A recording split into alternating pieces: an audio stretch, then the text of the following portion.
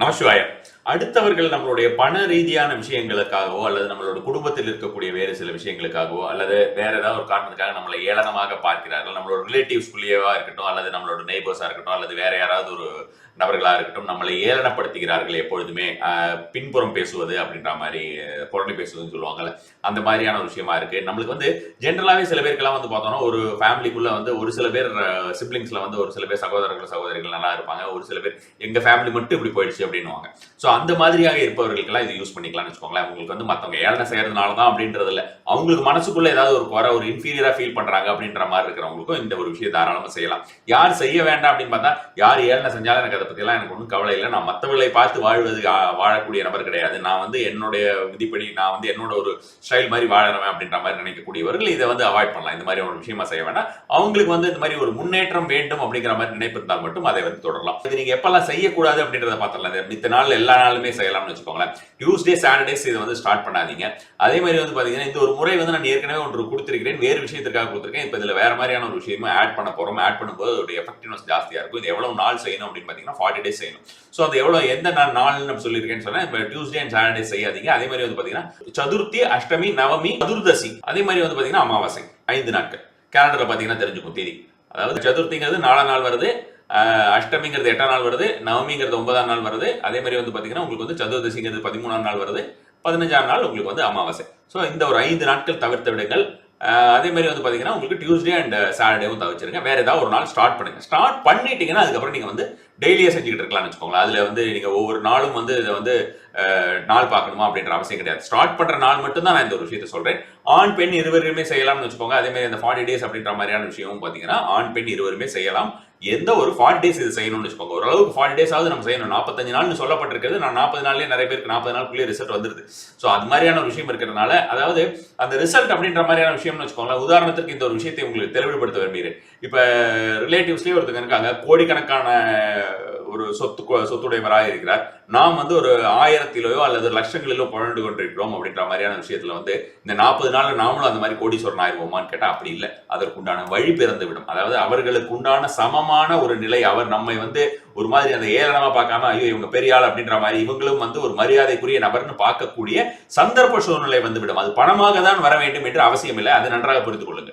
So அப்போ வந்து அந்த ஏளனம்னு யார் வந்து ஒரு டிஸ்ரெஸ்பெக்டா இருக்காங்களோ அந்த டிஸ்ரெஸ்பெக்டா இருக்கிறவங்க எல்லாம் நம்மளை வந்து தலை தூக்கி பார்க்க வைக்கிறது, ஐயோ இவங்களா நம்ம இவங்களை இந்த மாதிரி நினைச்சிட்டோமே அப்படின்னு நினைக்க வைக்கக்கூடிய ஒரு முறைதான், பரிகார முறை தான் இது. நான் ஏற்கனவே சொன்ன மாதிரி ஆக்டிவேஷன் டெக்னிக் அப்படிங்கிறது ஒரு அஸ்ட்ராலஜிக்கல் ரிலேட்டடா இருக்கக்கூடிய விஷயங்கள், ஸ்பிரிச்சுவல் ரிலேட்டடா இருக்கக்கூடிய ஒரு விஷயங்களை வந்து நம்மளுடைய ஜாதகத்தில் இல்லாத சூழ்நிலையாக இருந்தாலோ அல்லது நமக்கு ஏதாவது ஒரு கெட்ட டைம் அப்படின்ற மாதிரியான இருந்தாலோ அப்ப நம்ம ஒரு ரெமெடிஸ் பண்றோம் இல்லையா, பரிகாரங்கள், அதை செய்து கொள்கிறோம் அல்லவா, அல்லது நம்ம வந்து தெய்வ வழிபாட்டில் செய்து கொள்கிறோம் அல்லவா. ஸோ அந்த மாதிரியான ஒரு விஷயம் தான் இந்த ஒரு விஷயத்தை பார்க்க போறோம். இது வந்து ஃபுல்லி ஒரு அஸ்ட்ராலஜிக்கல் சிக்னிபிகன்ஸும் சரி, தத்துவம் என்று சொல்லக்கூடிய ஐம்பூதங்களின் தத்துவமும் சரி, அதே மாதிரி வந்து ஆன்மீக விஷயமும் இணைந்ததுதான் இந்த விஷயம். உங்களுக்கு தேவை வந்து பாத்தீங்கன்னா இதுக்கு வந்து நீங்க வந்து கோதுமை மாவு வாங்கி வைத்துக் கொள்ளுங்கள். ரொம்ப எஃபெக்டிவா இருக்கிறது வந்து என்னன்னா, அந்த கோதுமை இருக்குல்ல அதை வாங்கி பொடிக்கிறாங்கல்ல, அது மாதிரி பொடிக்கிறவங்களுக்கு ரொம்ப ரொம்ப ஃபாஸ்டா ஒர்க் ஆகுது. நான் ஆல்ரெடி அதுக்கு அந்த மாதிரியான ரீதியாக கூட ஒரு பரிகார முறை கொடுத்திருந்தேன். ஸோ இப்போ இதை வந்து கோதுமை மாவு வாங்கி பொடிக்க முடியும்னா பண்ணுங்க. அப்படி உங்களால முடியாது அப்படிங்கிற பட்சத்துல கோதுமை மாவு வாங்கிக்கோங்க. வீட்டில் இருக்கிறத எடுக்க வேண்டாம். ஆல்ரெடி இருக்கிறது அது அப்படியே இருந்துட்டு போட்டு நீங்க வந்து புதுசா இந்த ஒரு விஷயத்திற்காக தனியா வாங்கிக்கோங்க. தனியா ஒரு டப்பா ரெடி பண்ணிக்கோங்க. அந்த டப்பால அந்த கோதுமை மாவை போட்டு வைத்துக் கொள்ளுங்கள். அது கோதுமை மாவு உதாரணத்துக்கு நீங்க 1 கிலோ கோதுமை மாவு போடுறீங்கன்னா ஒரு கிண்ணம், அது வந்து அளவெல்லாம் பார்க்க வேண்டாம், ஒரு கிண்ணம் அதுல கொஞ்சம் இருக்கணும் அவ்வளவுதான். அதனால ஒரு கிண்ணம் வந்து மிளகு தனியாக வீட்டிலேயே எடுத்துக்கோங்க. அது நீங்க வீட்டில் இருக்கிற மிளகு எடுத்தாலும் சரி வாங்கினாலும் சரி, அது எப்படி வேணா பண்ணலாம். கோதுமை மாவு மட்டும் தான் புதுசாக வாங்கணும். ஸோ அதை எடுத்துக்கிட்டே நீங்க வந்து என்ன பண்ணுங்கன்னா மிக்சியில போட்டு நல்லா அடிச்சு பவுடர் பண்ணிடுங்க. நல்லா தூளா நைஸ் பவுடர்னு சொல்லுவாங்கல்ல, அது மாதிரி பண்ணி அதோட போட்டு நீங்க வந்து மிக்ஸ் பண்ணி வச்சிட வேண்டியது, அவ்வளவுதான். அதை மிக்ஸ் பண்ணி வச்சுட்டு என்ன பண்றீங்கன்னா, அதை வந்து நீங்க தினசரி அதை எடுத்து விளக்காக செய்ய வேண்டும். அதை வந்து விளக்கு மாதிரி அதாவது ரவுண்ட் பண்ணுவாங்கல்ல, இப்ப நீரில் குழைத்தோ அது எப்படியாவது குழைத்து நீங்கள் வந்து அதுக்கு உண்டான ஒரு விஷயம் செய்வீர்கள் அல்லவா, அது மாதிரியான ஒரு விஷயம். இது மாலை வேலையிலே அதிகப்படியான பலன் தந்து வந்திருக்கிறது. இது வரைக்கும் உங்களால மாலையில் முடியலைன்னா காலையில ட்ரை பண்ணி பாருங்க. இந்த ஒரு விஷயத்தை பொறுத்த வரைக்கும் நான் ட்ரை பண்ணி பாருங்கன்னு நான் சொல்லுவேன். நான் ஏன்னா காரணம் என்னன்னு பாத்தீங்கன்னா ஈவினிங் டைம் தான் எல்லாருக்கும் சொல்லியிருக்கு. ஸோ அது மாதிரி விஷயம் தான் அனைவருக்குமே இது வந்து பலன் தந்து வந்திருக்கிறது. ஸோ இப்போ ஈவினிங் டைம் உங்களால செய்ய முடியும்னா சன்செட்டுக்கு கொஞ்சம் ஒரு 10-15 நிமிஷம் முன்னாலே செஞ்சுறது நல்ல பெட்டரா இருக்கும். இல்லை நான் நைட்டு தான் வருவேன், நான் வேலைக்கு போயிட்டு அப்படின்ற மாதிரி இருந்தா நைட் ஆஃப்டர் ஈவன் 7 or 8 அந்த மாதிரியான ஒரு டைம்ல கூட ஏற்றி வைங்க.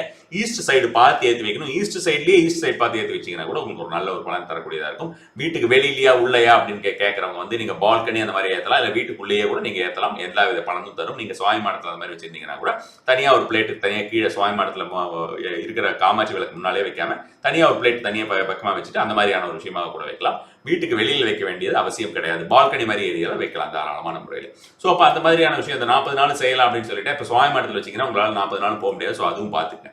ஸோ அந்த மாதிரியான ஒரு விஷயம் இருக்கிறது. நீங்கள் இதை செய்யறீங்க இல்லையா, அதை ப்ரிப்பேர் பண்றீங்களா, ப்ரிப்பேர் பண்ணும்போதெல்லாம் நீங்கள் மனதிற்குள் ஜபிக்க வேண்டிய ஒரு மந்திரம் வந்து என்னன்னா ரொம்ப சிம்பிள். ஓம் மந்திரம் தான் நீங்க ஜபிக்க வேண்டும். மனசுக்குள்ள நீங்க வந்து நினைச்சுக்கோங்க, அதாவது இந்த மாதிரியான ஒரு விஷயத்திற்காக செய்யறேன், நான் வந்து மற்றவர்களுக்கு முன்னால் மிக அதீதமான ஒரு நிலையை நான் வந்து அடைந்து காட்ட வேண்டும் அப்படின்ற மாதிரியான ஒரு விஷயமாக எல்லாத்துலயுமே உங்களுடைய நேம் ஆகட்டும், உங்களோட ஃபேம் ஆகட்டும், என்ன வாட் எவர் இட் இஸ், பணம் ஆகட்டும், எல்லா விஷயத்திலுமாகவும் உங்களுக்கு அந்த மாதிரி வாழ்ந்து காட்ட வேண்டும் என்று நினைத்துக் கொள்ளுங்க. அப்படின்னு நினைச்சிட்டு நீங்க வந்து செய்யும்போது அதை வந்து ஆரம்பத்தில் நீங்க அதை நினைச்சுக்கிட்டு அதுக்கப்புறம் வந்து பாத்தீங்கன்னா வேற எந்த ஒரு கவலைகளையோ கஷ்டங்களையோ கடன் தீர வேண்டும் இந்த மாதிரி எதுவுமே போட்டு குழப்பிக்காதீங்க. இந்த ஒரு விஷயம் மட்டும் செஞ்சுட்டு ஓம் ஓம் ஓம் ஓம் மனசுக்குள்ளேயே சொல்லிக்கோங்க. மனசுக்குள்ளேயே சொல்லிட்டு ப்ரிப்பேர் பண்ணிட்டு அதை விளக்கு ஏற்றி முடிகிற வரைக்கும் அந்த ஓம் மந்திரம் சொல்லிட்டு இருங்க. வேற எதுவும் வேண்டாம். ஆரஞ்சு திரி ரெடி பண்ணி வச்சுங்க. ஒரு 40 ஆரஞ்சு திரி ரெடி பண்ணி வச்சுக்கோங்க. ஏதாவது ஒரு ஜாக்கெட் பிட்டு, காட்டன் ஜாக்கெட் பிட்டு எடுத்து வச்சுட்டு நீங்களே பண்ணுவீங்க. இதெல்லாம் உங்களுக்கு தெரியும். அல்லது கடையிலையும் இப்போ ஆரஞ்சு திரி விற்கிறாங்க. ஸோ அது மாதிரியான ஒரு விஷயம் பண்ணிங்க. இது நல்லெண்ணெய் தீபம் தான் ஏற்ற வேண்டும். அதை நன்றாக புரிந்து கொள்ளுங்கள். நல்லெண்ணெய் தீபம் தான், நெய் தீபம் ஏற்ற வேண்டிய அவசியம் கிடையாது. ஸோ அப்போ வந்து தசமி இன்னைக்கு நீங்க முடிஞ்சதுன்னா இன்னிலேருந்தே ஸ்டார்ட் பண்ணுங்க. இந்த ஒரு விஷயம் இது வந்து ஒரு மாவிளக்கு போடுற மாதிரியான ஒரு முறை. ஆரஞ்சு திரி போட்டு இதுல வந்து மிளகு சேர்க்கிறோம், இந்த ஓம் மந்திரம் சொல்றோம். இவ்வளவுதான். இதை வந்து நம்ம வந்து கிழக்கு பகுதியிலே கிழக்கு நோக்கி வைக்கிறோம்னு வச்சுக்கோங்க. சிம்பிள் விஷயம். எந்தெந்த மாதிரியான விஷயத்திற்கு இதை செய்யலாம் அப்படின்ற மாதிரியான விஷயமாவும் நான் சொல்லிட்டேன். ஸோ அந்த மாதிரியான விஷயமாக செய்யுங்கள். அதிகப்படியான பலன் தரக்கூடிய ஒரு முறை இது. நான் சொல்ற மாதிரி ஒரு அஸ்ட்ராலஜி ஆக்டிவேஷன் டெக்னிக். ஸோ அது மாதிரியான விஷயத்தை செய்துவிட்டு உங்களுடைய வெற்றியை கண்டிப்பான முறையில் என்னோட பகிர்ந்து கொள்ளுங்கள். நம சிவாய.